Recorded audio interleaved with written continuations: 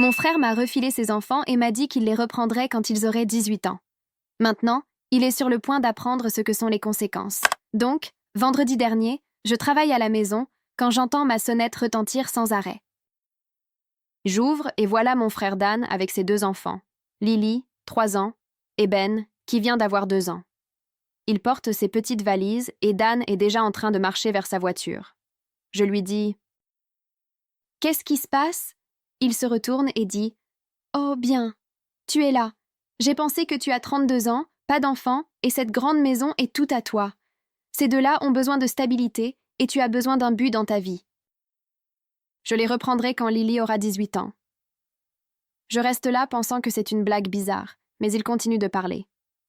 Je leur ai déjà dit que tu étais leur nouvelle maman. Leurs affaires sont toutes emballées. L'heure du coucher est à 20h.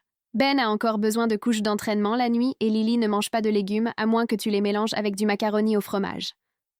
Je suis littéralement incapable de parler. Il dit « Écoute, je sais que c'est soudain, mais je te rends service. Tu te plains toujours d'être célibataire et de ne pas avoir ta propre famille. Maintenant, tu peux expérimenter la maternité sans avoir à trouver un homme d'abord.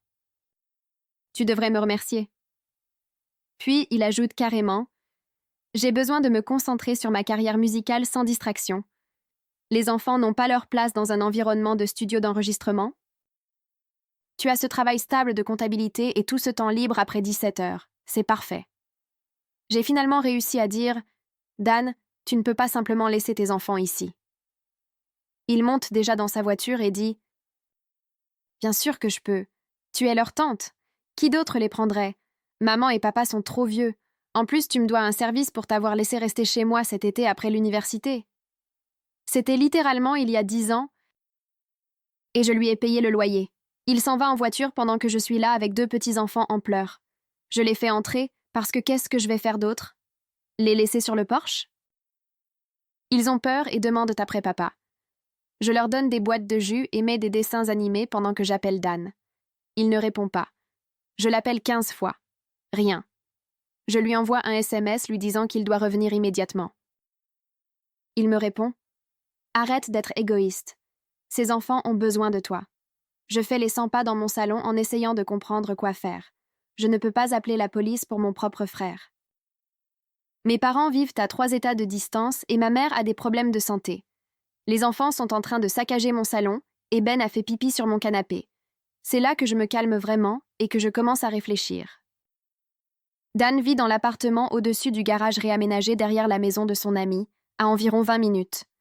Il ne paie pratiquement rien parce qu'il est censé aider à l'entretien, mais en réalité, il passe juste ses journées à jouer de la guitare et à poster des vidéos que personne ne regarde. Sa petite amie, Ashley, l'a quitté il y a 6 mois parce qu'elle en avait marre de subvenir aux besoins des 3 pendant qu'il poursuivait sa passion. Elle laisse retourner vivre chez ses parents dans le Michigan. Voici ce que Dan ne sait pas. Ashley et moi, nous nous parlons toujours. Elle m'a raconté comment il continue de la supplier de revenir, promettant qu'il va changer, qu'il va trouver un vrai travail, qu'il sera responsable. Elle a pensé à lui donner une autre chance parce qu'elle s'ennuie des enfants. Alors, pendant que Lily et Ben mangent des craquelins type Goldfish sur ma table basse, j'appelle Ashley. Je lui raconte exactement ce que Dan vient de faire. Elle reste silencieuse pendant un long moment, puis dit « Il a fait quoi ?» Je lui explique tout. Comment il les a littéralement abandonnés à ma porte pour se concentrer sur sa musique. Elle est furieuse. Je me suis tuée à faire des doubles quarts, pensant que peut-être il devenait enfin mature, et il me refile les enfants.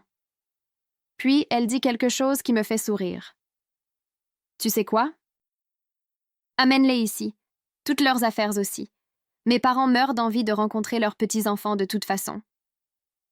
Les parents d'Ashley ont beaucoup d'argent, du genre à posséder 3 entreprises. Ils ont supplié Ashley de revenir vivre à la maison de façon permanente, et apparemment, ils ont déjà préparé des chambres pour les enfants au cas où elle obtiendrait la garde. Alors, je mets les 2 enfants dans ma voiture avec toutes leurs affaires. Dan n'a même pas emballé assez de vêtements pour eux, juste des choses aléatoires et dépareillées jetées dans les valises. Le trajet jusqu'au Michigan dure 6 heures.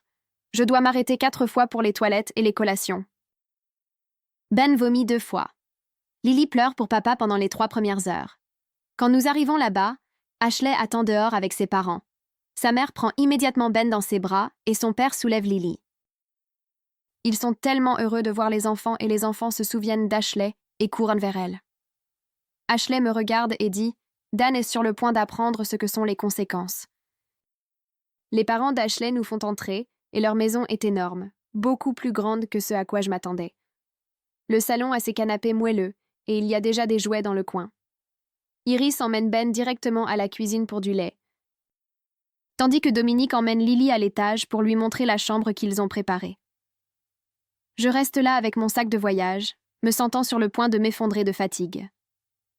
Le voyage a été si long et mon cerveau ne cesse de rejouer tout ce qui s'est passé. Ashley me touche le bras et me dit de m'asseoir. Elle m'apporte de l'eau et nous restons assises là pendant 1 minute pendant que ses parents s'occupent des enfants. J'entends Lily à l'étage dire quelque chose à propos d'un grand lit et la voix de Dominique est très douce avec elle. Ben est dans la cuisine avec Iris et il ne pleure plus. Après environ 20 minutes, les 2 enfants sont en pyjama et Iris leur lit une histoire dans la chambre à l'étage. Ils s'endorment très vite. Ashley et moi redescendons et nous nous asseyons à la table de la cuisine. Elle prépare du thé même si aucune de nous deux ne boit vraiment de thé. Nous sommes toutes les deux trop nerveuses pour dormir. Elle me dit qu'elle pense à demander la garde depuis des mois. Elle dit que Dan n'arrêtait pas de promettre qu'il allait se ressaisir et elle continuait de le croire parce qu'elle voulait que les enfants aient leur père. Mais il n'a jamais changé. Il trouvait un emploi et le quittait après 2 semaines. Il promettait d'aider davantage avec les enfants, puis passait toute la journée à enregistrer des vidéos de guitare. Elle a subvenu aux besoins des 3 pendant près de 2 ans avant de finalement partir.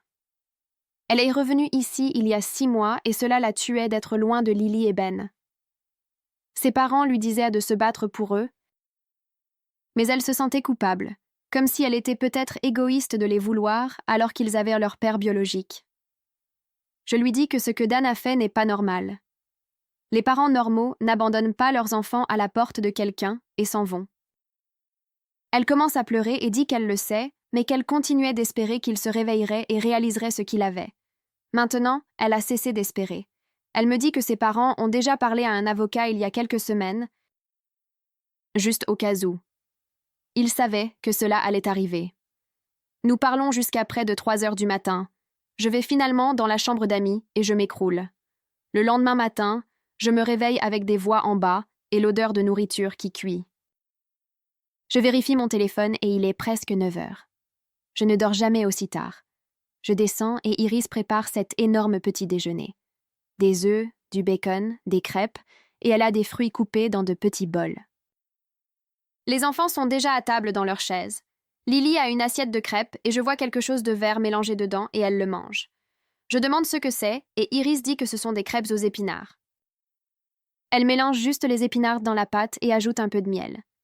Lily les mange sans protester.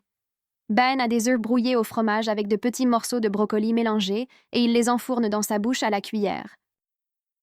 Je m'assois et Iris me donne une assiette. Ashley entre par la cour arrière où elle parlait au téléphone. Elle s'assoit à côté de moi et nous mangeons tous ensemble. Les enfants sont très calmes. Ils ne se plaignent pas, ne lancent pas de nourriture ou ne se frappent pas. Lily demande si elle peut aller jouer dehors après le petit déjeuner, et Iris dit oui. Ben boit son lait sans en renverser partout. Je les observe et quelque chose fait tilt dans ma tête. Ils étaient toujours stressés chez Dan, toujours tendus. Je pensais que c'était comme ça que les petits-enfants étaient, parce que je n'en ai pas, mais ici, ils sont différents, détendus. Ils se sentent en sécurité. Ashley me voit regarder et elle sait ce que je pense. Après le petit déjeuner, Dominique entre de son bureau à domicile. Il s'assoit avec son café et me pose des questions sur le voyage. Je lui dis que c'était long, mais ça allait. Puis il dit qu'il veut aider. Il dit à Ashley qu'il paiera l'avocat dont elle a besoin. Il dit qu'il veut faire cela depuis des mois. Ashley a essayé d'attendre de voir si Dan se ressaisirait de lui-même. Mais Dominique pense que c'est du passé. Il dit que tout homme qui abandonne ses enfants comme ça ne les mérite pas. Je suis d'accord. Dominique passe un appel téléphonique juste là à table et organise une rencontre avec un avocat spécialisé en droit de la famille pour lundi. Tout va très vite.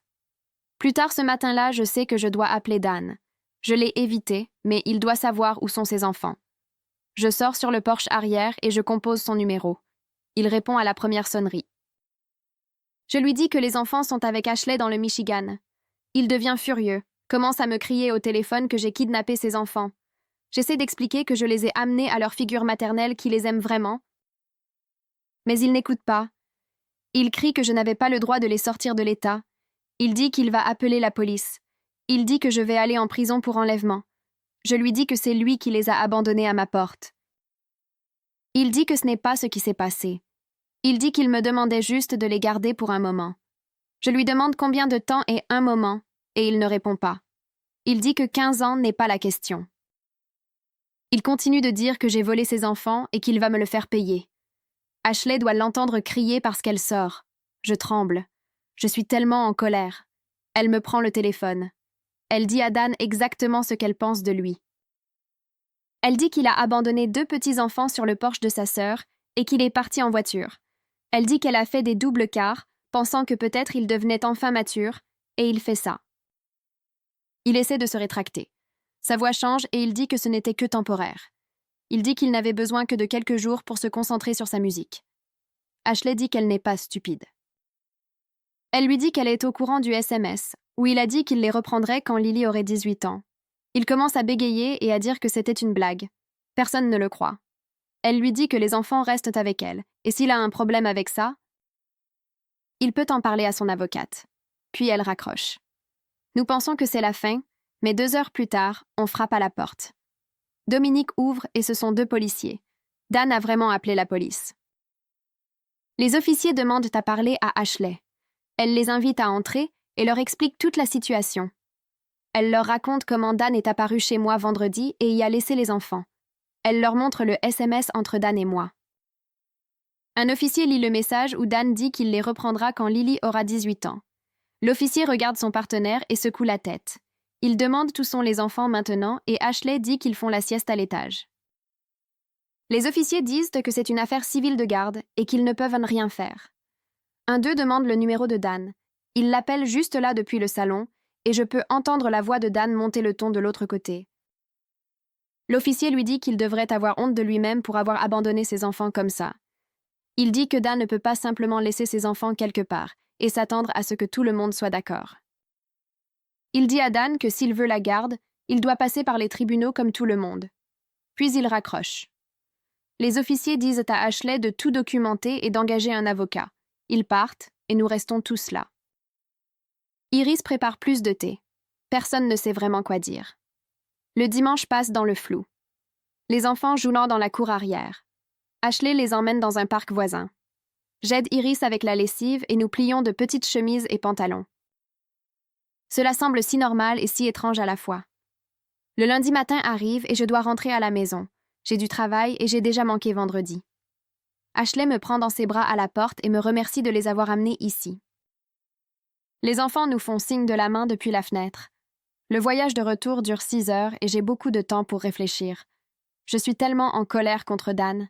Il m'a mise dans cette horrible position. Il a bouleversé toute ma vie. Il a effrayé ses propres enfants. Et pourquoi? Pour pouvoir jouer de la guitare sans distraction. Je serre le volant si fort que mes mains me font mal. Je m'arrête pour prendre de l'essence et un café et je reste assise sur le parking pendant un moment. Mon téléphone a environ 15 appels manqués de Dan. Je n'écoute aucun des messages vocaux. J'arrive à la maison tard, lundi après-midi, et je vais directement au lit. Mardi matin, je me traîne au travail.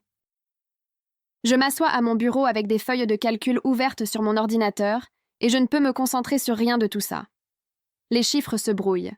Ma patronne passe devant mon bureau vers 10 heures et demande si je vais bien.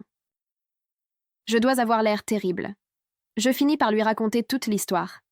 Elle me regarde bouche bée. Elle me demande si je suis sérieuse.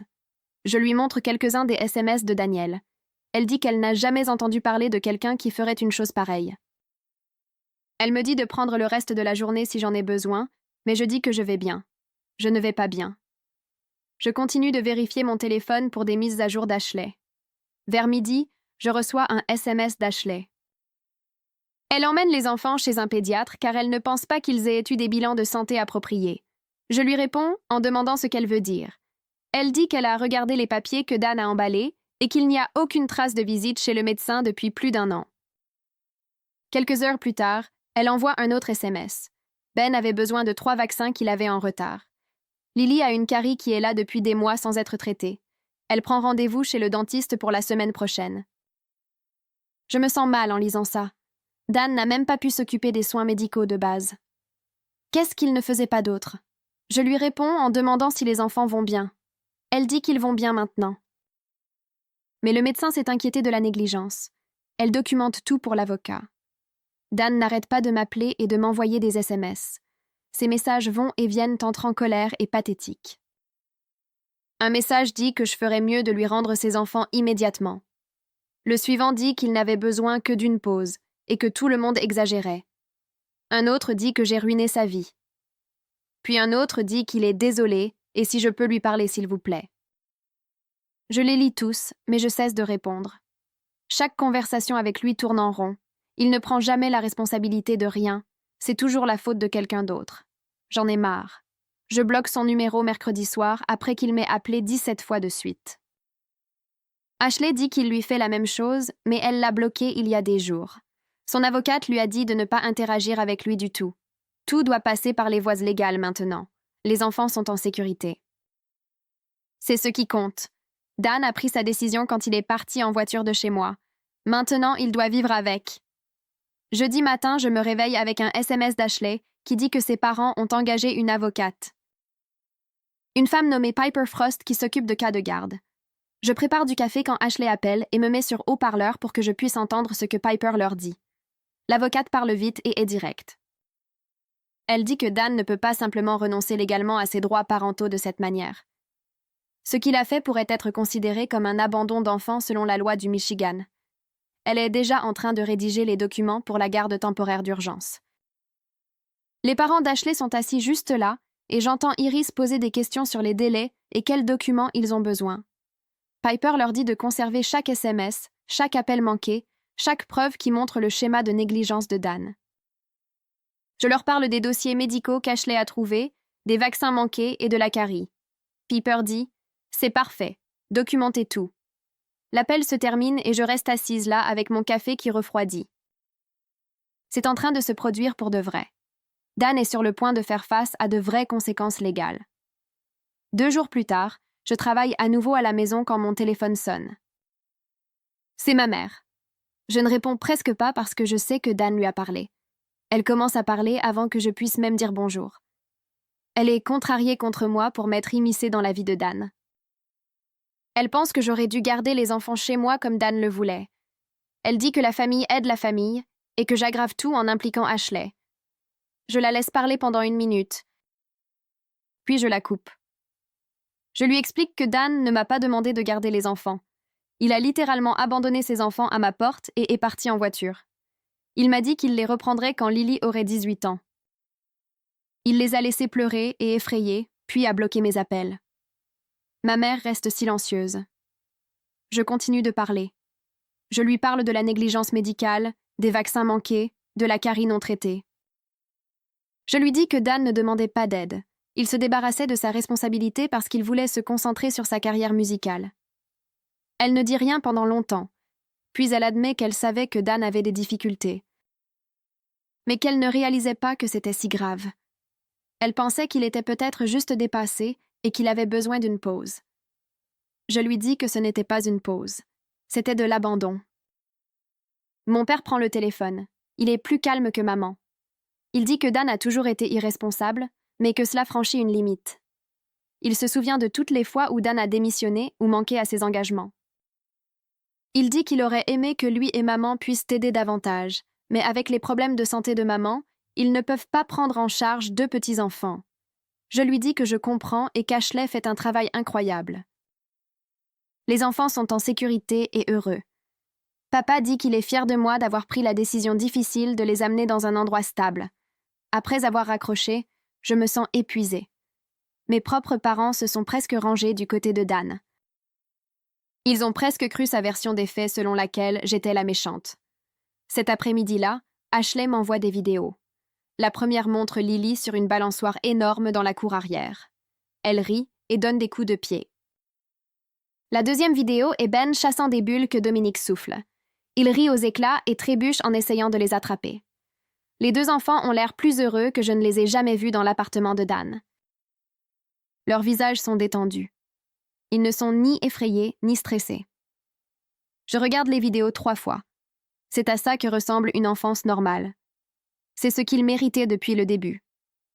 Le mercredi suivant, Ashley m'envoie un SMS disant que les services sociaux l'ont contactée. Dan a déposé une plainte alléguant qu'elle a kidnappé ses enfants.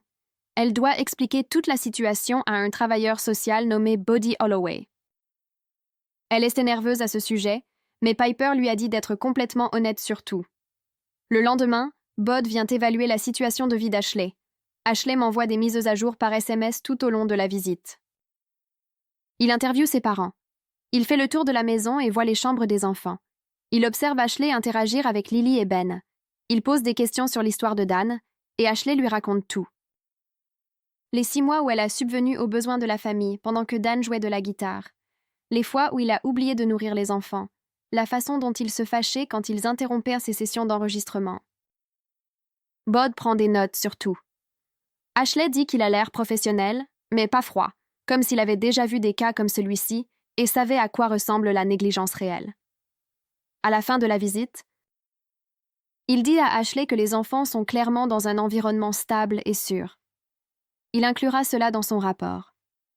2 jours plus tard, Dan se présente chez les parents d'Ashley. Ashley m'appelle juste après que cela se soit produit. Tremblant encore. Elle dit que Dan s'est présenté à la porte d'entrée, exigeant de voir ses enfants. C'est Dominique qui a ouvert. Il s'est tenu sur le porche et a dit à Dan qu'il pouvait les voir sous surveillance. Dan a essayé de le pousser, mais Dominique est un grand homme et il n'a pas bougé. Dan a commencé à crier à propos de ses droits de père. Dominique lui a dit qu'il avait renoncé à ses droits quand il les a abandonnés. Dan a reculé, mais a continué à crier depuis l'allée. Les voisins sont sortis pour voir ce qui se passait. Finalement, Dan est parti, mais non sans crier qu'il récupérerait ses enfants et que tout le monde le regretterait. La visite supervisée est prévue pour le lundi suivant.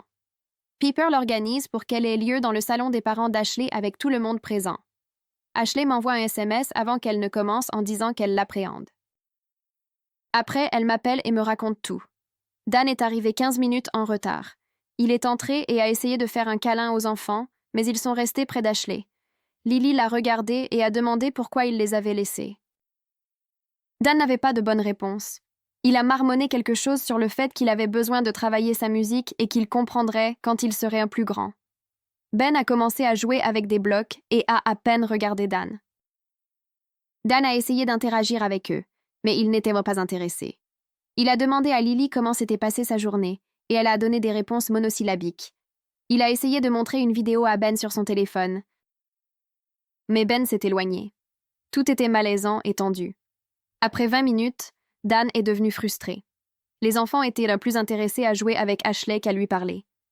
Il s'est levé et a dit qu'il partait. Il a dit à tout le monde qu'ils avaient monté ses enfants contre lui. Il a dit qu'ils empoisonnèrent l'esprit de Lily et Ben. Le père d'Ashley lui a dit que les enfants n'étaient pas contre lui. Ils se sentaient juste en sécurité sans lui. Dan est parti en colère, en claquant la porte. Ashley a dit que les enfants ont à peine réagi à son départ. Lily est retournée à son livre de coloriage. Ben a demandé une collation. C'était comme si Dan n'était qu'un étranger de passage. Pas leur père. Ashley avait l'air triste à ce sujet, mais aussi soulagée. Elle a dit que cela prouvait ce que tout le monde savait déjà. Dan ne pouvait pas faire face à la parentalité quand cela exigeait un effort et une attention réelle. Il voulait des enfants qui l'adorent sans qu'il ait à faire le travail. Le lendemain matin, Piper appelle Ashley et lui dit qu'ils doivent agir rapidement avec la garde d'urgence. Elle explique que ce que Dan a fait compte comme abandon d'enfants selon la loi du Michigan et qu'ils peuvent utiliser cela pour obtenir la garde temporaire immédiatement pendant que l'affaire complète passe devant les tribunaux. Ashley me met sur haut-parleur pour que je puisse entendre aussi avant que je rentre chez moi. Piper dit qu'elle déposera les documents cet après-midi et qu'il devrait avoir une date d'audience dans 2 semaines. Elle a besoin de déclarations des deux sur ce qui s'est passé ce vendredi, ainsi que de la documentation de tout ce qui s'est passé depuis. Ashley a déjà les dossiers de la visite chez le pédiatre qui montrent les vaccins manqués et la carie non traitée. Piper semble confiante quand elle nous dit que c'est l'un des cas les plus clairs qu'elle ait traité. Un père ne peut pas simplement laisser les enfants et s'en aller pendant des semaines. Je rentre à la maison ce jour-là et reprends ma routine de travail normale. Mais je vérifie mon téléphone constamment pour des mises à jour d'Ashley et Piper. 3 jours plus tard, Ashley m'envoie un SMS disant que Dan a engagé un avocat, un gars que son ami connaît qui fait de la pratique générale. Son avocat a déjà envoyé une lettre à Piper alléguant que tout cela est un grand malentendu. Selon lui, Dan demandait juste à sa sœur une aide temporaire pour la garde des enfants et tout le monde a exagéré. La lettre dit que Dan n'a jamais eu l'intention d'abandonner ses enfants et qu'il a essayé de parvenir à un accord raisonnable. Je ris carrément quand Ashley m'envoie une photo de la lettre. Dan m'a dit qu'il les reprendrait quand Lily aurait 18 ans. Ce n'est pas demander de l'aide pour la garde des enfants, c'est abandonner ses enfants et s'en aller. Piper répond à l'avocat de Dan avec des copies de mes SMS de ce jour-là. Capture d'écran du message de Dan me disant d'arrêter d'être égoïste et un calendrier détaillé de tout ce qui s'est passé. Elle inclut également le rapport du pédiatre et les déclarations d'Ashley sur les 6 mois où elle a subvenu aux besoins de la famille pendant que Dan jouait de la guitare. L'avocat de Dan reste silencieux après cela. Une semaine après mon retour à la maison, Bod m'appelle pour fixer un moment pour ma déclaration officielle. Il vient chez moi un mardi soir après le travail et s'assoit à ma table de cuisine avec un enregistreur et un bloc-notes. Il me demande de décrire exactement ce qui s'est passé ce vendredi, en commençant par le moment où j'ai entendu la sonnette. Je lui raconte tout. Comment Dan est apparu avec les enfants et leurs petites valises. Comment il marchait déjà vers sa voiture avant même que j'ouvre la porte. Comment il m'a dit que j'avais besoin d'un but dans ma vie et qu'il les reprendrait quand Lily aurait 18 ans. Bod n'interrompait pas. Il prend juste des notes et hoche la tête. Je décris comment Dan a dit que les enfants n'avaient pas leur place dans un environnement de studio d'enregistrement et qu'il avait besoin de se concentrer sur sa carrière musicale. Comment il a mentionné que j'avais logé chez lui il y a 10 ans comme si je lui devais quelque chose. Comment il est parti en voiture pendant que ses enfants pleuraient sur mon porche. L'expression de Bod devient plus sérieuse pendant que je parle. Il pose des questions spécifiques sur ce que Dan a dit, mot pour mot. Il me demande si Dan semblait affecté ou s'il était en crise de santé mentale. Je lui dis que non. Dan avait l'air complètement normal. Juste égoïste. Il était calme et objectif en laissant ses enfants, comme s'il avait pris une décision et s'attendait à ce que tout le monde l'accepte. Bod pose des questions sur ma relation avec Dan avant que cela n'arrive. J'explique que nous n'avons jamais été très proches, mais que nous nous entendions bien. Je le voyais, lui et les enfants, peut-être une fois par mois. Je savais qu'Ashley l'avait quitté, mais je ne savais pas que les choses allaient si mal. Toute la déclaration prend environ 90 minutes. À la fin, Bod me dit que cela fera partie des preuves pour l'affaire de garde. Il dit que mon récit correspond à tout ce qu'Ashley lui a dit et à toute la documentation qu'ils ont. 2 semaines après que Piper ait déposé les documents, l'audience de garde d'urgence a lieu. Je prends 2 jours de congé et je retourne dans le Michigan. L'audience a lieu au tribunal de la famille un jeudi matin. Ashley est nerveuse et ses parents sont là pour la soutenir. Piper nous rencontre à l'extérieur de la salle d'audience et passe en revue ce qui va se passer. Le juge écoutera les 2 parties et examinera les preuves. Puis décidera de la garde temporaire jusqu'à ce que l'affaire complète puisse être entendue. Dan arrive 15 minutes en retard avec son avocat. Il porte un jean et une chemise boutonnée froissée. Son avocat a l'air agacé qu'il soit en retard. Nous entrons tous dans la salle d'audience, et elle est plus petite que ce à quoi je m'attendais. Juste le siège du juge, une table pour chaque partie et quelques rangées de sièges. La juge est une femme, probablement dans la 50aine, qui a l'air fatiguée. Piper présente notre cas en premier. Elle guide la juge à travers tout ce qui s'est passé, en commençant par l'apparition de Dan à ma porte. Elle présente ma déclaration comme preuve, ainsi que les SMS et les photos des valises des enfants. Elle présente le rapport du pédiatre qui montre la négligence médicale. Elle a le récit d'Ashley des 6 mois où elle a subvenu aux besoins de la famille. Elle a le rapport d'évaluation de Bod, qui montre que les enfants sont dans un environnement sûr et stable maintenant. L'avocat de Dan essaie de faire valoir que Dan était débordé et a pris une mauvaise décision dans un moment de stress. Il affirme que Dan a immédiatement regretté et a essayé de parvenir à un accord. Piper demande pourquoi Dan n'est pas revenu chercher ses enfants ce jour-là s'il regrettait. Pourquoi il n'a pas répondu à mes 15 appels téléphoniques? Pourquoi il m'a envoyé un SMS pour que j'arrête d'être égoïste au lieu de venir chercher ses enfants? L'avocat de Dan n'a pas de bonne réponse. Ensuite, je dois témoigner. Piper me demande de décrire ce qui s'est passé, et je dis à la juge la même chose que j'ai dite à Bud. La juge me demande directement si Dan a dit qu'il reprendrait les enfants quand Lily aurait 18 ans. Je dis oui. C'était ses mots exacts. Elle demande s'il semblait plaisanter ou exagérer. Je dis non. Il était tout à fait sérieux.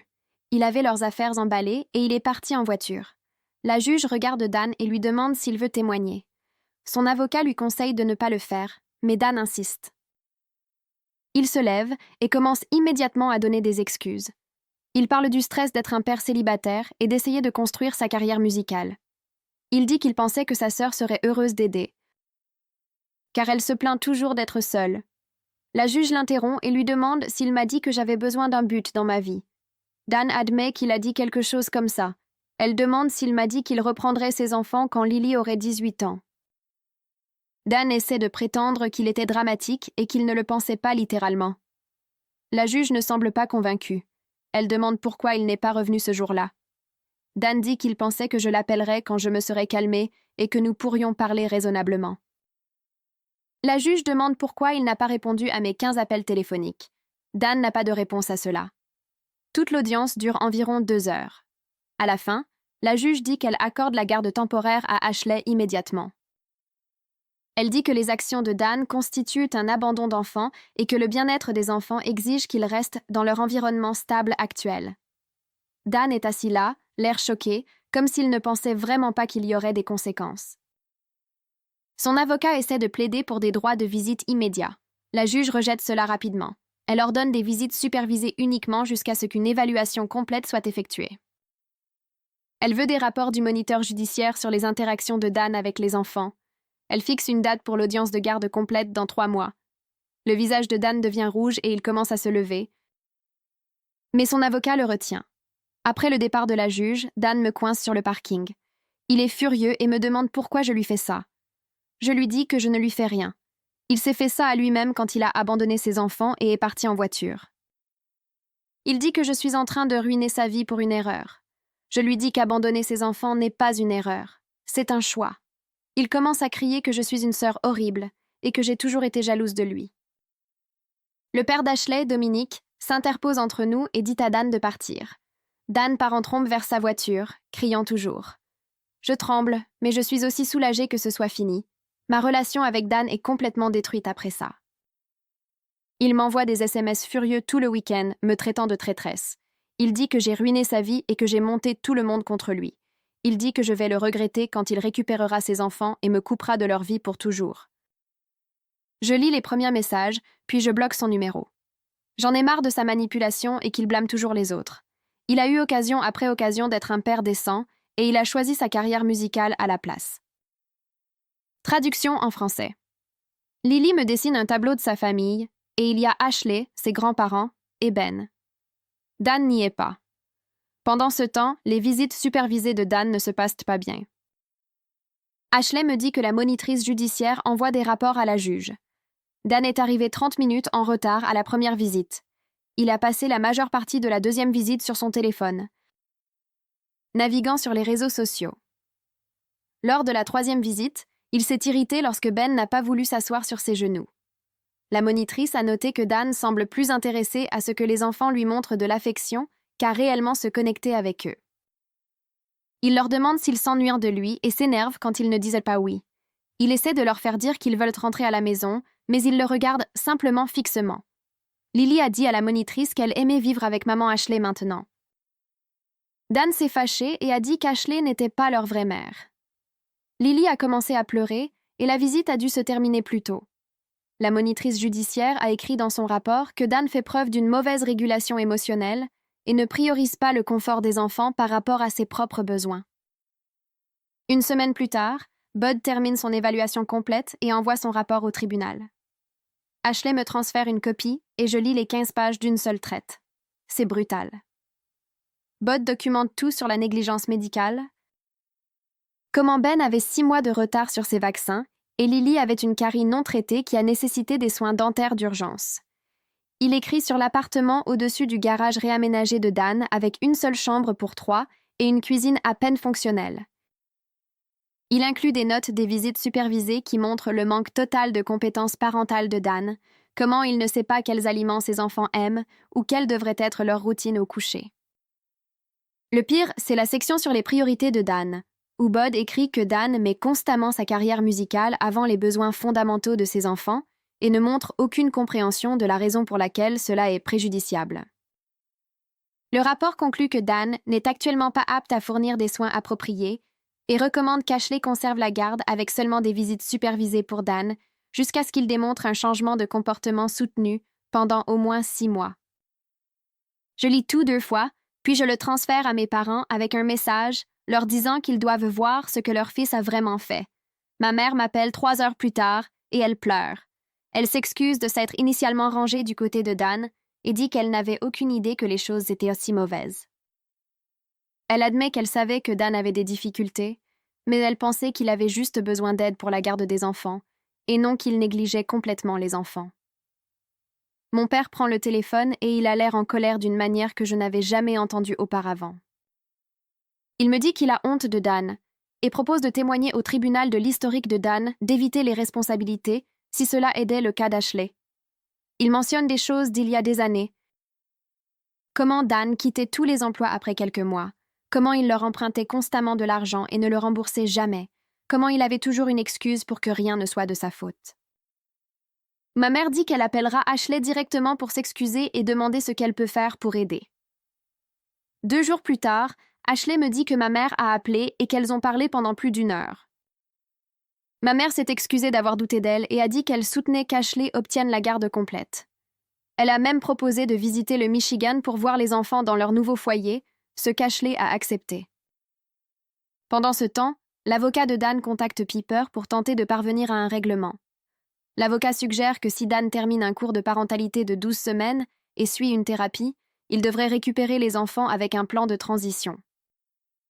Piper appelle Ashley pour discuter de cela et Ashley me met sur haut-parleur pour que je puisse écouter. Piper rit en expliquant l'offre et dit « Absolument pas. Ces enfants ne sont pas une monnaie d'échange. » Elle dit à Ashley que l'avocat essaie d'éviter une bataille pour la garde complète, car ils savent que le cas de Dan est terrible. Piper dit que Dan doit prouver un changement soutenu sur le long terme. Pas seulement cocher des cases sur une liste, et même dans ce cas, il devrait commencer par des visites supervisées et progresser sur des mois ou des années. Ashley est immédiatement d'accord et dit à Piper de rejeter l'offre. L'avocat rappelle, essayant de négocier, mais Piper le coupe complètement. 4 semaines après que Dan ait abandonné les enfants à ma porte, il commet sa plus grande erreur jusqu'à présent. Il publie sur Facebook à propos de la façon dont sa famille l'a trahi et l'a coupé de ses enfants. La publication est longue et décousue, parlant de la façon dont il est un bon père qui n'avait besoin que d'une aide temporaire, et tout le monde s'est ligué contre lui. Il écrit que j'ai kidnappé ses enfants et les ai emmenés dans un autre État. Qu'Ashley les empoisonne contre lui, que ses parents ne répondent même pas à ses appels. Il dit qu'on lui refuse ses droits de père et demande du soutien. En 1 heure, plusieurs de ses amis commentent avec des messages de soutien sur à quel point nous sommes horribles. Puis Ashley voit la publication. Elle prend des captures d'écran de tout l'historique des messages de Dan avec elle, y compris les messages où il la suppliait de revenir, tout en se plaignant d'avoir à s'occuper de ses propres enfants. Elle prend des captures d'écran de ses demandes, Venmo lui demandant de l'argent pour de l'équipement de guitare, alors que les enfants avaient besoin de vêtements. Elle publie l'histoire complète avec toutes les preuves, expliquant exactement ce que Dan a fait et comment il a littéralement abandonné ses enfants pour se concentrer sur sa musique. Elle inclut des photos des dossiers médicaux, des enfants qui montrent la négligence. Les commentaires changent immédiatement. Les gens commencent à demander à Dan quel genre de père abandonne de petits-enfants à la porte de quelqu'un. Ses amis du lycée commentent en demandant si c'est vraiment vrai. Quelqu'un qui travaillait avec lui dit qu'il n'est pas surpris, car Dan blâmait toujours tout le monde pour ses problèmes. Plus de gens se joignent, partageant leurs propres histoires sur le manque de fiabilité et l'égoïsme de Dan. Dan supprime la publication originale en 3 heures, mais il est trop tard. Les gens ont déjà pris des captures d'écran de tout, et les images se propagent parmi nos amis communs. Je commence à recevoir des messages sur Facebook de personnes avec qui j'étais à l'école secondaire. Ils me demandent si l'histoire sur Dan est vraie et je confirme chaque détail. Ensuite, ils commencent à partager leurs propres expériences. Sarah Ménard me dit que Dan lui a emprunté 200 $ il y a 7 ans et ne les a jamais remboursés. Mike Fleming dit que Dan était censé être son colocataire à l'université, mais il est parti une semaine avant d'emménager, laissant Mike se démener pour trouver quelqu'un d'autre. Jessica Gomez partage que Dan l'a dragué lors d'une fête alors qu'il sortait avec Ashley. Les messages continuent d'arriver et je réalise que Dan a été comme ça toute sa vie d'adulte. Il a toujours été la personne qui prend et ne donne jamais, qui fait des promesses qu'il ne tient pas, qui s'attend à ce que tout le monde règle ses problèmes. Je me sens validée en lisant ces messages car ils confirment que j'ai fait la bonne chose. Pendant ce temps, les visites supervisées sont censées avoir lieu tous les samedis après-midi dans un lieu neutre. Dan se présente à la première après le désastre des réseaux sociaux, mais arrive 40 minutes en retard. La monitrice judiciaire le note dans son rapport. La deuxième visite, il passe la majeure partie du temps à naviguer sur son téléphone, pendant que Lily essaie de lui montrer un dessin. À la troisième visite, il ne se présente pas du tout. Il envoie un SMS à la monitrice disant que l'heure ne correspond pas à son horaire d'enregistrement. La monitrice documente cela comme un autre exemple de la façon dont il priorise la musique sur ses enfants. Après cela, il arrête simplement d'y aller. La monitrice essaie de reporter, mais Dan dit que les week-ends sont son principal temps de création et qu'il ne peut pas interrompre son processus. Tout cela est inclus dans les rapports officiels qui seront présentés à la juge. 2 mois après que tout ait commencé, Ashley et ses parents se rendent chez moi pour une visite de fin de semaine. Je me tiens sur mon porche d'entrée lorsque leur voiture s'arrête et Lily se précipite vers moi. Elle porte un nouveau sac à dos violet et est très excitée de me montrer toutes les poches et les fermetures éclairs. Ben la suit et m'enlace les jambes. Ils ont l'air complètement différents de ces petits enfants effrayés et en pleurs que j'ai emmenés dans le Michigan. Ils sont détendus et heureux et parlent sans arrêt de leur nouvelle école maternelle, de leurs amis et de l'aire de jeu près de chez eux. Ashley a également l'air différente, moins stressée et plus confiante. Ses parents déchargent des sacs de la voiture et Iris me fait un câlin, me remerciant à nouveau d'avoir fait l'appel qui a tout déclenché. Nous passons le samedi à l'aire de jeu près de chez moi. Lily fait la glissade environ 50 fois et Ben joue dans le bac à sable. Ashley s'assoit sur le banc à côté de moi et nous regardons les enfants jouer. Elle me dit qu'ils dorment tous les deux toute la nuit maintenant et mangent mieux. L'enseignante de Lily dit qu'elle est l'une des filles les plus brillantes de sa classe et Ben commence à utiliser des phrases complètes. Le dimanche, nous faisons des biscuits dans ma cuisine. Les enfants se tiennent sur des chaises près du comptoir et aident à verser les ingrédients. Ben se couvre de farine et Lily mange la moitié des pépites de chocolat avant qu'elle n'atteigne la pâte. C'est désordonné et chaotique, mais dans le bon sens. Ce soir-là, après que les enfants soient couchés dans ma chambre d'amis, Ashley et moi sommes assises sur mon canapé à boire du vin. Elle me remercie d'avoir pris la décision difficile de les emmener avec elle au lieu d'essayer de les garder moi-même. Elle dit qu'elle sait qu'il aurait été plus facile pour moi de simplement traiter avec Dan et de garder les enfants à proximité. Mais les amener dans le Michigan leur a donné le foyer stable dont ils avaient besoin. Je lui dis que je suis juste contente qu'ils aillent bien. Le lendemain matin, ils font leurs valises pour retourner dans le Michigan et les enfants me font des câlins d'adieu.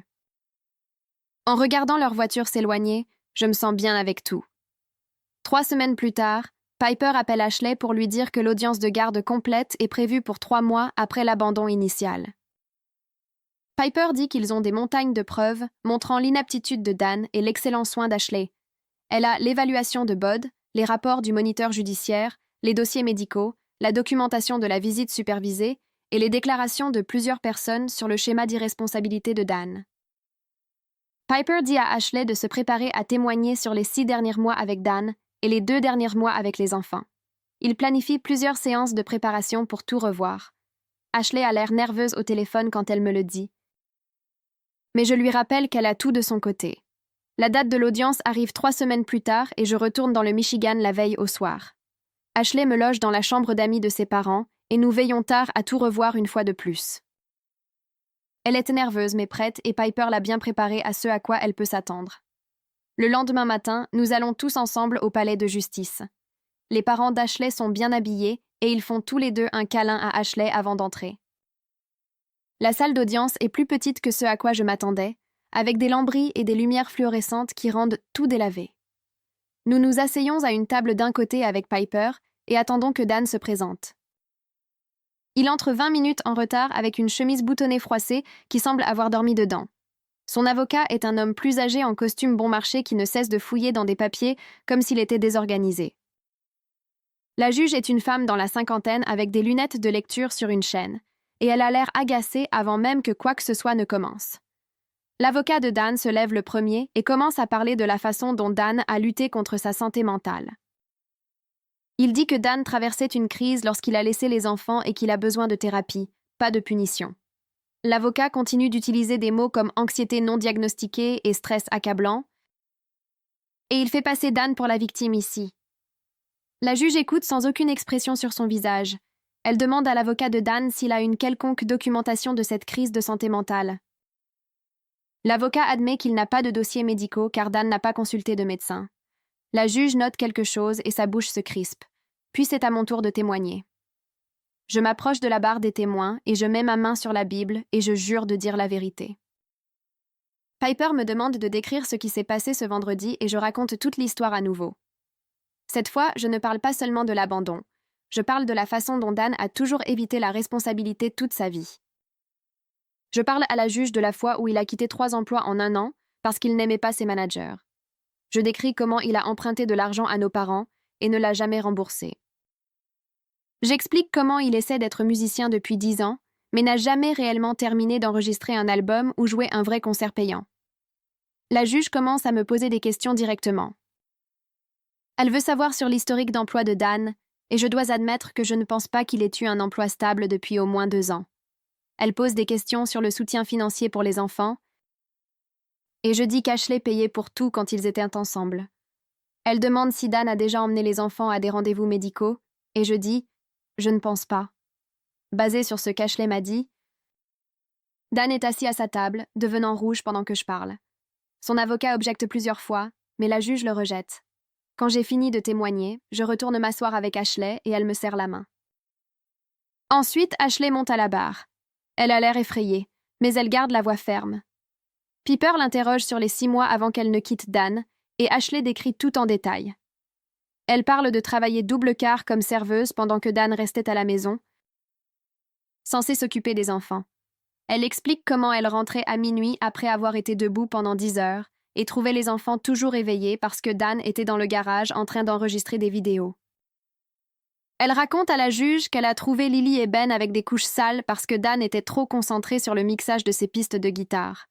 Elle décrit le matin où elle a trouvé le réfrigérateur vide parce que Dan avait dépensé l'argent de l'épicerie pour un nouveau microphone. Ashley commence à pleurer lorsqu'elle parle de Ben qui demande pourquoi papa ne joue plus avec eux. La juge lui tend une boîte de mouchoirs et lui dit de prendre son temps. Ashley se reprend et continue.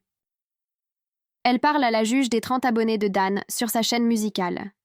Elle explique comment il passait des heures à éditer des vidéos qui obtenaient en peut-être 5 vues. Elle décrit l'avoir supplié de trouver un vrai travail et qu'il lui ait dit qu'elle ne croyait pas en ses rêves. Quand Ashley a fini de témoigner, Dan semble vouloir disparaître. La juge appelle une pause de 10 minutes et nous sortons tous dans le couloir. La mère d'Ashley lui fait un câlin et lui dit qu'elle a été géniale. Ensuite, la pédiatre témoigne. C'est une jeune femme médecin avec les cheveux tirés en chignon et elle a les dossiers médicaux de Ben et Lily avec elle. Elle signale tous les rendez-vous de vaccination manqués. Elle montre à la juge des photos de la carie non traitée de Lily qui est devenue si grave qu'elle a nécessité des soins dentaires d'urgence. Elle explique que Ben était en insuffisance pondérale pour son âge quand Ashley l'a amené pour la première fois. La juge demande si ce niveau de négligence médicale est courant et la pédiatre dit non. La plupart des parents sont beaucoup plus attentifs. Après elle, vient la directrice de la garderie de la région de Dan. C'est une femme plus âgée qui a l'air fatiguée et elle ne mâche pas ses mots. Elle témoigne que Dan était souvent en retard pour le ramassage, parfois de plusieurs heures. Elle décrit la fois où il a oublié de venir chercher Ben complètement et ils ont dû appeler le contact d'urgence à 22 heures. Elle raconte à la juge les jours où Dan laissait les enfants sans déjeuner ou sans vêtements de rechange. Elle dit que le personnel a commencé à garder des fournitures de rechange juste pour Lily et Ben parce que Dan était si peu fiable. L'avocat de Dan essaie de la contre-interroger, mais elle répète simplement les mêmes faits. Puis Dan doit témoigner. Il s'approche de la barre, l'air défensif, et son avocat lui pose des questions faciles. Dan commence à parler de la difficulté d'être un père célibataire. Il blâme Ashley de l'avoir quitté alors qu'il avait besoin de soutien.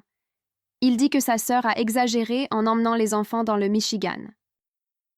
Il affirme qu'il avait seulement l'intention qu'ils restent avec moi quelques jours pendant qu'il se remettait. La juge l'interrompt et lui demande directement pourquoi il m'a dit qu'il les reprendrait quand Lily aurait 18 ans. Dan bégaye et dit qu'il plaisantait.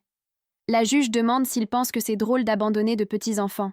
Dan commence à se rétracter et à dire qu'il était stressé et qu'il ne le pensait pas de cette façon. La juge pose des questions sur son emploi, et Dan admet qu'il n'a pas de travail régulier pour le moment. Elle demande comment il subvient à ses besoins, et il dit qu'il fait des petits boulots et reçoit de l'aide d'amis. Elle pose des questions sur la carrière musicale, et Dan s'anime en parlant de sa vision et de son son. La juge le laisse continuer pendant 1 minute, puis elle l'interrompt. Elle demande combien de concerts payants il a eu au cours de la dernière année. Dan dit aucun, mais qu'il construit sa présence en ligne. Elle demande combien d'argent il a gagné avec sa musique. Dan admet que c'est 0.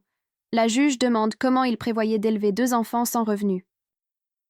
Dan commence à dire que c'est pourquoi il avait besoin qu'il reste avec sa sœur, qui a un bon travail. La juge lui dit que ce n'est pas ainsi que fonctionne la parentalité. Dan devient frustré et commence à dire que tout le monde est contre lui. Il dit qu'Ashley a empoisonné les enfants contre lui. Il me blâme de m'être immiscé. Il dit que ses parents n'ont jamais soutenu ses rêves.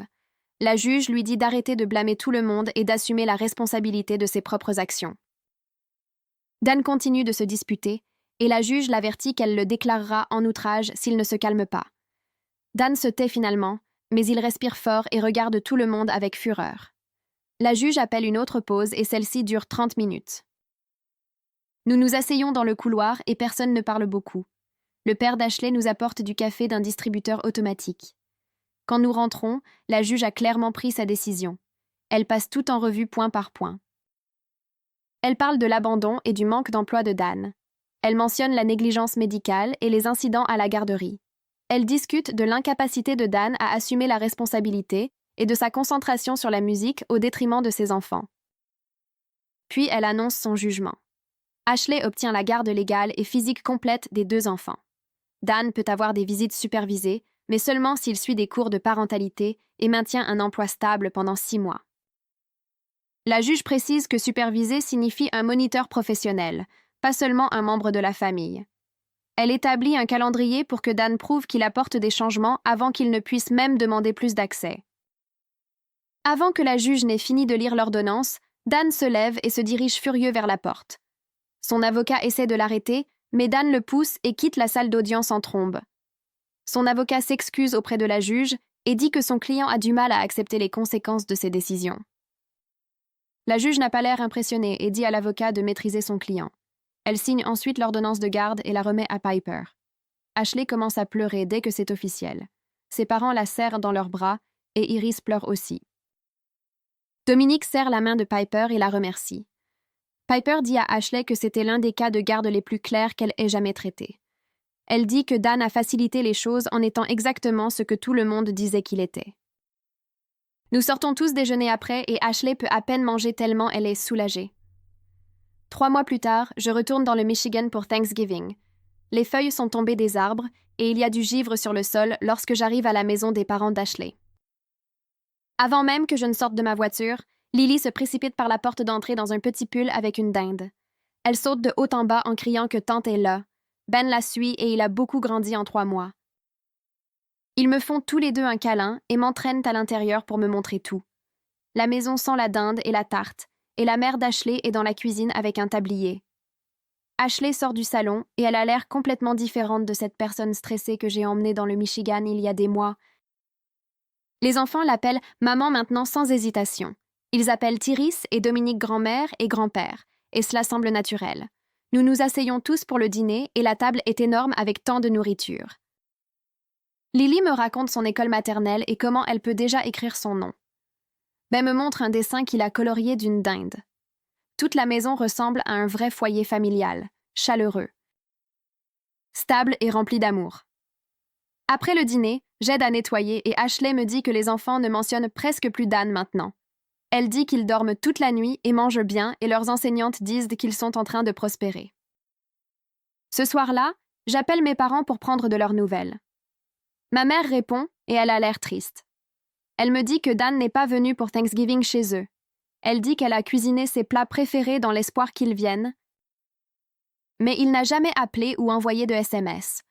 Mon père prend le téléphone et il est moins compréhensif. Il dit que Dan a besoin de mûrir et de faire face à ce qu'il a fait. Il me dit qu'il est fier de la façon dont j'ai géré tout et qu'Ashley fait un excellent travail avec les enfants. Ma mère admet qu'elle n'est pas surprise que Dan ne soit pas venu. Elle dit qu'il s'enfuit toujours quand les choses deviennent difficiles, et peut-être que cette fois, il va enfin apprendre. Je leur parle de Lily et Ben au dîner et à quel point ils sont heureux. Ma mère pleure un peu, mais dit qu'elle est heureuse qu'ils aillent bien. Avant de raccrocher, mon père dit que ses enfants sont mieux, et parfois, le plus dur est d'accepter que votre propre enfant n'est pas capable d'être parent. Traduction en français. Le lendemain matin, je me lève tôt et j'appelle ma mère avant de rentrer chez moi. Elle répond à la deuxième sonnerie et me demande comment s'est passé Thanksgiving. Je lui parle de Lily et Ben au dîner, à quel point ils avaient l'air heureux, comment ils appellent Ashley maman maintenant, sans aucune confusion. Puis j'avoue quelque chose qui me tracasse depuis des semaines. Je lui dis que je me suis sentie coupable au début, comme si j'aurais peut-être dû essayer de garder les enfants moi-même au lieu de les emmener dans le Michigan. Il y a un silence de l'autre côté, et je pense que l'appel a peut-être été coupé. Mais ensuite, ma mère dit qu'elle est heureuse que je sois honnête à propos de ses sentiments. Elle me dit que j'ai fait exactement la bonne chose en les emmenant chez quelqu'un qui était prêt et capable d'être leur mère. Elle dit qu'Ashley voulait ses enfants et avait le système de soutien nécessaire pour les élever correctement. Alors que j'étais complètement prise au dépourvu et non préparée, ma mère me rappelle qu'être une bonne tante ne signifie pas que je devais devenir une mère instantanée et que reconnaître mes limites était en fait le choix responsable. J'ai l'impression qu'un poids s'enlève de mes épaules en l'entendant dire ça. Nous parlons pendant encore 20 minutes des enfants et de la façon dont ils vont bien. Et avant de raccrocher, elle me dit qu'elle est fière de la façon dont j'ai géré tout cela. Je fais mes valises et dis au revoir à Ashley et aux enfants. Lily me serre les jambes et demande quand je reviendrai. Je lui dis que je leur rendrai visite bientôt. 3 semaines plus tard, Ashley m'appelle pendant que je suis au travail. Je sors pour prendre l'appel et elle a l'air nerveuse et excitée. Elle me dit qu'elle y pense depuis un moment et qu'elle a décidé d'adopter légalement Lily et Ben si Dan continue d'être absent de leur vie. Je lui demande si elle est sûre et elle me dit qu'elle n'a jamais été aussi sûre de quelque chose. Les enfants l'appellent « maman ». Ils sont installés et heureux et Dan n'a montré aucun intérêt à être leur père. Ashley dit que ses parents la soutiennent pleinement et qu'ils ont déjà mis à jour leur testament pour inclure Lily et Ben comme leurs petits-enfants. Iris et Dominique ont rencontré leur avocat la semaine dernière pour officialiser tout de leur côté. Je dis à Ashley que c'est une nouvelle incroyable et je lui demande quel est le processus. Elle explique que Piper travaille déjà sur les documents et qu'ils devront prouver que Dan a abandonné ses responsabilités parentales. Compte tenu de tout ce qui s'est passé, Piper pense qu'ils ont un dossier solide. La voix d'Ashley devient émue quand elle parle de rendre cela permanent, d'être leur vraie mère légalement et pas seulement dans leur cœur. Je lui dis qu'elle est déjà leur vraie mère à tous égards. 4 mois après que Dan ait abandonné les enfants à ma porte, je reçois un SMS de Piper avec une mise à jour. Dan a terminé exactement un cours de parentalité sur les 12 qu'il était censé terminer. Il s'est présenté à la première session et n'est jamais revenu. L'instructeur a essayé de l'appeler plusieurs fois, mais Dan a ignoré tous les messages. Pire encore, Dan a perdu son emploi à temps partiel au magasin de musique parce qu'il continuait d'arriver en retard ou de ne pas se présenter.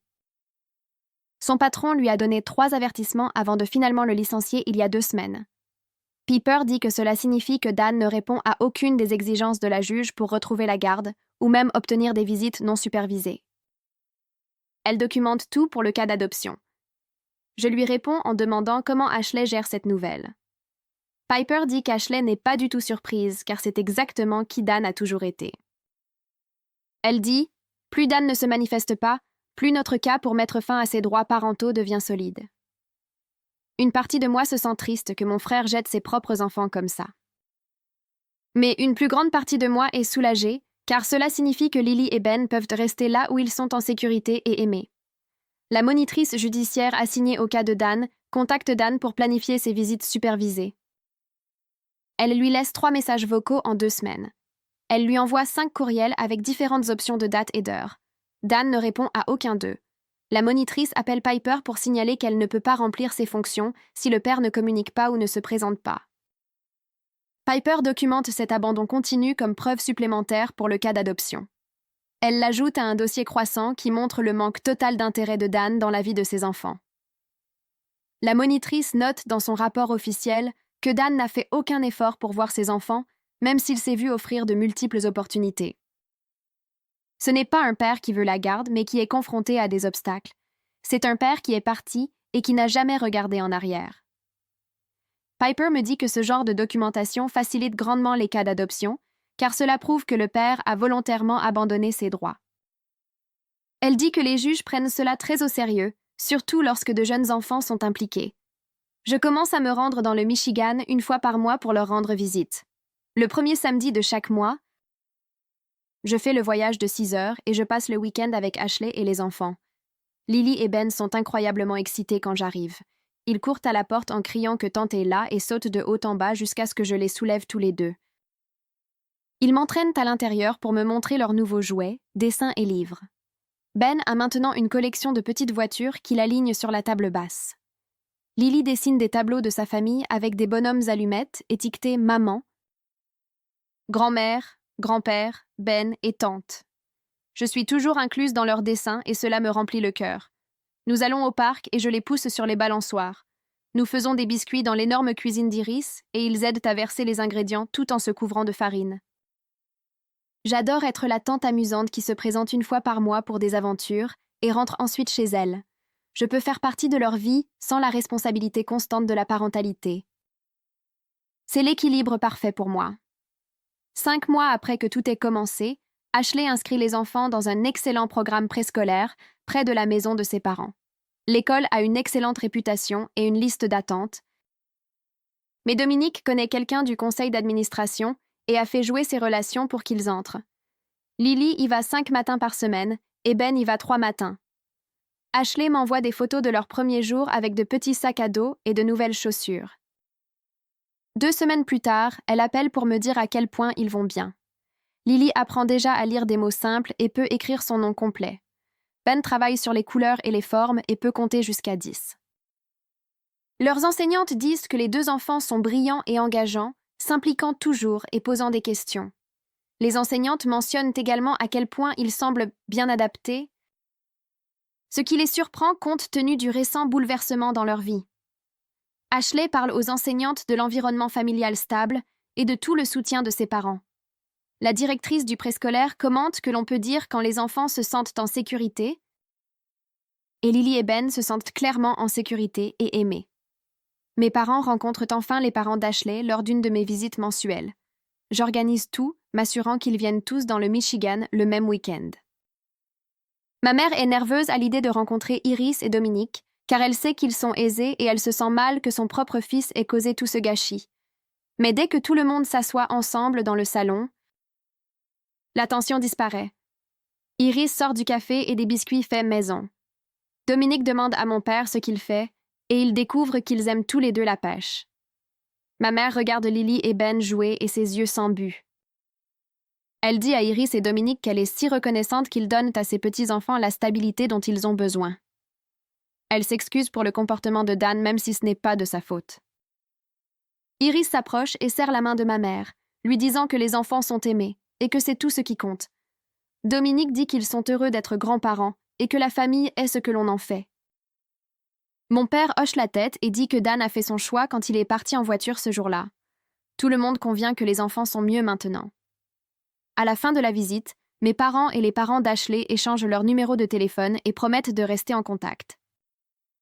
Dan refait surface brièvement au 5e mois avec un SMS à Ashley demandant de l'argent. Le texte dit qu'il est sur le point de décrocher une grande opportunité avec sa musique et qu'il n'a besoin que d'un peu d'argent pour couvrir le temps de studio pour enregistrer sa démo. Il promet de la rembourser dès que sa carrière décollera. Il ne demande pas après les enfants. Il ne demande pas comment ils vont ou s'ils ont besoin de quoi que ce soit. Le message entier porte sur lui et sa musique et ce dont il a besoin. Ashley me montre le SMS et je peux voir la colère dans ses yeux. Elle bloque son numéro immédiatement sans répondre. Puis elle transfère la capture d'écran à Piper. Piper l'ajoute au dossier comme preuve supplémentaire des priorités de Dan. Elle souligne au tribunal que Dan n'a fait aucun effort pour voir ses enfants en 5 mois, mais n'a aucun problème à contacter quand il veut de l'argent. Ce genre de comportement rend très clair où se situe l'attention de Dan. Et ce n'est pas sur la parentalité. Piper dit que ce SMS pourrait même aider leur cas plus que le desservir car il montre le vrai caractère de Dan si clairement. 6 mois après que Dan ait abandonné ses enfants à ma porte, je suis de retour dans ma routine de travail normale. Je vais au bureau 5 jours par semaine, je travaille sur des déclarations de revenus et des états financiers, je rencontre des clients au sujet de leurs besoins comptables. En apparence, tout semble identique à avant ce vendredi. Mais je suis différente maintenant d'une manière à laquelle je ne m'attendais pas. Je suis plus proche d'Ashley que je ne l'ai jamais été, liée par ce que nous avons traversé ensemble et notre amour partagé pour ses enfants. Je lui parle au moins 2 fois par semaine, et je me rends dans le Michigan 1 fois par mois. J'ai de meilleures limites avec Dan, ce qui signifie vraiment que je n'ai aucun contact avec lui. J'ai bloqué son numéro après qu'il m'ait envoyé des SMS en colère me traitant de traîtresse. Je suis fière du choix que j'ai fait ce jour-là d'emmener ses enfants dans un endroit sûr, au lieu d'essayer de gérer tout moi-même. Je sais que j'ai fait la bonne chose même si c'était difficile. Ma vie a plus de sens maintenant parce que je fais partie de quelque chose de plus grand que juste mon travail et ma maison tranquille. Je suis la tante de 2 enfants incroyables qui grandissent en sécurité et aimés. Cela compte plus que je ne l'aurais jamais pensé. Ashley commence le processus formel d'adoption avec l'aide de Piper. Il dépose les documents pour mettre fin aux droits parentaux de Dan en se basant sur l'abandon. La pétition comprend toute la documentation que Piper a recueillie pendant 6 mois. L'incapacité de Dan à terminer les cours de parentalité, son refus de répondre à la monitrice judiciaire, son manque d'emploi, son absence complète dans la vie des enfants, la négligence médicale avant de les abandonner. Chaque preuve construit une image claire d'un homme qui a choisi ses propres désirs au détriment des besoins de ses enfants. Ashley doit remplir des pages de formulaires sur son revenu, sa situation de vie, son système de soutien, ses plans pour l'avenir des enfants. Iris et Dominique fournissent des relevés financiers qui montrent qu'ils peuvent aider à subvenir aux besoins des enfants. Les références de caractère proviennent de la pédiatre, des enseignantes du préscolaire, des voisins et des amis de la famille. Tout le monde convient que cette adoption est dans le meilleur intérêt de Lily et Ben. Les enfants sont en train de prospérer sous les soins d'Ashley avec le soutien de ses parents. Dan n'a montré aucun effort authentique pour être parent et a en fait fait tout son possible pour éviter ses responsabilités. Piper dit à Ashley que le cas est aussi solide que tout ce qu'elle a jamais vu. Maintenant, ils n'ont plus qu'à attendre la date du tribunal et espérer que la juge voit ce que tout le monde peut voir si clairement. 7 mois après que tout ait commencé, je suis chez Ashley pour le week-end et Lily me montre sa chambre. Elle pointe une photo sur sa commode et dit que c'est de son ancienne maison, et elle commence immédiatement à me parler de la nouvelle balançoire dans la cour arrière. Aucune tristesse, aucune question sur le moment où ils y retourneront, juste un simple fait qu'ils vivaient ailleurs et qu'ils vivent de maintenant ici. Ben ne mentionne plus Dan du tout. Il appelle Ashley maman et court vers Dominique quand il veut jouer avec des camions. Les enfants sont juste des enfants maintenant, pas des petits-enfants effrayés demandant après papa. Je les observe pendant le dîner ce soir-là, riant de quelque chose qu'Iris a dit. Se disputant pour savoir qui a le dernier petit pain, complètement en sécurité dans leur monde. Assise à cette table, j'ai ce moment où je comprends que Dan m'a en fait donné quelque chose en étant si terrible. Il m'a entraînée dans cet incroyable système de soutien. J'ai appris que je pouvais prendre des décisions difficiles sous pression. J'ai découvert que j'étais beaucoup plus forte que je ne le pensais lorsque je passais mes week-ends seule dans ma grande maison vide. Je ne remercierai jamais Dan pour ce qu'il a fait à ses enfants, mais je peux admettre que ma vie est meilleure maintenant parce que j'ai été forcée de me manifester. Ashley et moi faisons la vaisselle après que les enfants soient couchés. Et elle aborde le sujet des plans de Noël. Ses parents veulent que je reste toute la semaine, pas seulement le jour de Noël. Elle me dit que je fais partie de la famille maintenant, que nous sommes liés par ce que nous avons traversé ensemble et notre amour pour Lily et Ben. Je réalise qu'elle a raison. Je suis invitée à des fêtes d'anniversaire et des barbecues d'été. Je suis dans les albums photos de famille. Iris m'envoie des SMS avec des choses drôles que les enfants ont dites. C'est la connexion familiale proche que j'ai toujours voulu, mais que je n'ai jamais eue en grandissant. Ma vie a maintenant ce rythme qui fait du bien. Je fais mon travail de comptabilité pendant la semaine. Je me rends dans le Michigan une fois par mois. Je fais des appels vidéo avec les enfants tous les quelques jours. Lily me montre son art et Ben me fait le regarder faire des culbutes. Ashley m'envoie des mises à jour sur l'école maternelle et les rendez-vous chez le médecin. Les enfants sont en sécurité et aimés avec tout ce dont ils ont besoin. Ashley s'est avérée être une mère incroyable avec le soutien de ses parents.